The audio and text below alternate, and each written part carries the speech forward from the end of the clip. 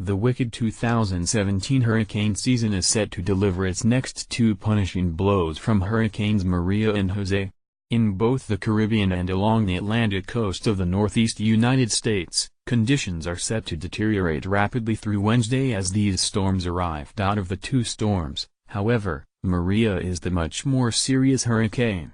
The strengthening Category 3 storm with maximum sustained winds of 120 miles per hour has the potential to cause widespread destruction along its path from the central Lesser Antilles through Puerto Rico.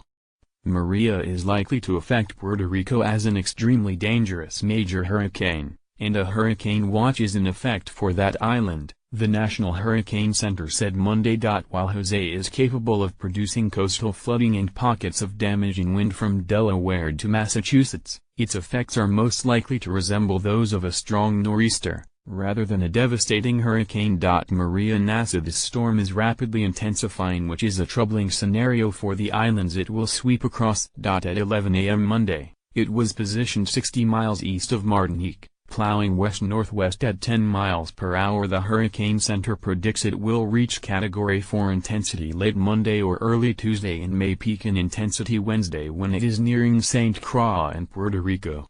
Atmospheric and oceanic conditions appear favorable for additional rapid strengthening for the next 24 hours and possibly longer, the Hurricane Center said. On Monday, the storm will cut across the islands of Dominica, Martinique, French Guadeloupe, and St. Lucia, where hurricane warnings are in effect.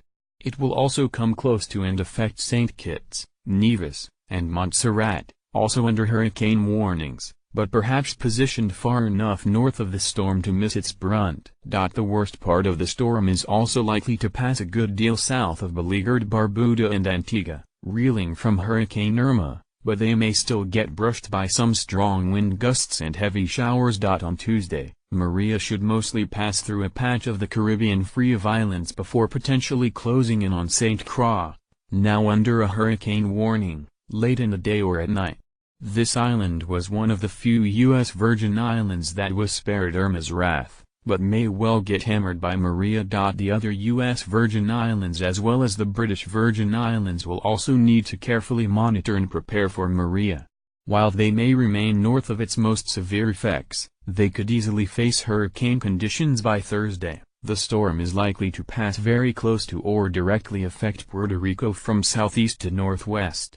A hurricane has not made landfall in Puerto Rico since Georgia's in 1998. Just one Category 5 hurricane has hit Puerto Rico once in recorded history. There is the outside chance Maria could become the second. The last Category 4 storm to strike the island occurred in 1932. The islands directly affected by the storm's core face the likelihood of destructive winds of 120 to 150 miles per hour and 6 to 12 inches of rain, with isolated totals of 20 to 25 inches, especially in high terrain, which will cause life-threatening flash floods and mudslides.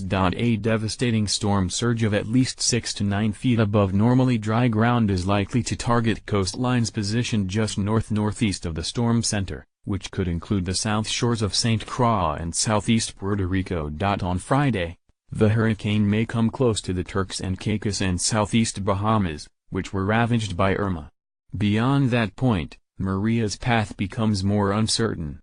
Some models suggest it could find an escape route out to sea, remaining offshore from the U.S. East Coast, but it is way too early to sound the all-clear. Jose, which is losing some of its tropical characteristics, is expected to behave like a strong nor'easter along the coast of the Northeast, from coastal Delaware to eastern Massachusetts. The tropical storm watch was upgraded to a warning for coastal Rhode Island and eastern Massachusetts, the areas most likely to be substantially impacted by Jose.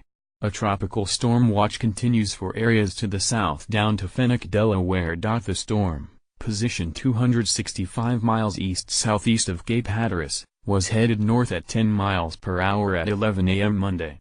The storm's peak winds were around 75 miles per hour and expected to remain at that intensity through Wednesday. The Hurricane Center said tropical storm force winds could begin in coastal sections of the Northeast as soon as Tuesday and Tuesday night. Moderate coastal flooding is expected with water rising up to 1 to 3 feet above normally dry land at high tide. Because the storm is a slow mover, beaches will be assaulted for an extended duration, leading to the prospect of severe erosion. The worst conditions are likely from eastern Long Island to eastern Massachusetts on Wednesday, when these areas may get battered by the combination of heavy rain, damaging wind gust,